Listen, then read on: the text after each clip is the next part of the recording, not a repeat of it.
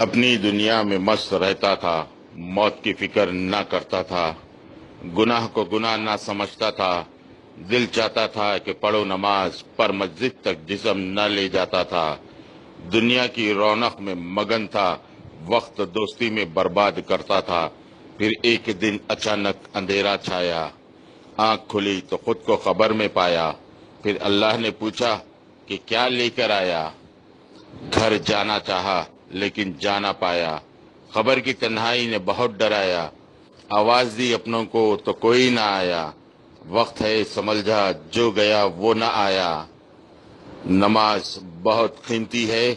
نبی پاک صلی اللہ علیہ وسلم نے سمجھایا۔ نماز کو قائم کریے دوستو،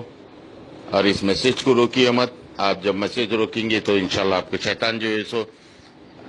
روکنے کی کوشش کریں گا، اس کو لاحول پڑھیے اور اس میسج کو آگے بڑھائیے، جتنے لوگوں کو یہ پہنچیں گا، اگر اس میں سے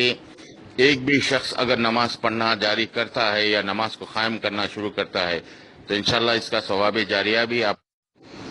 اپنی دنیا میں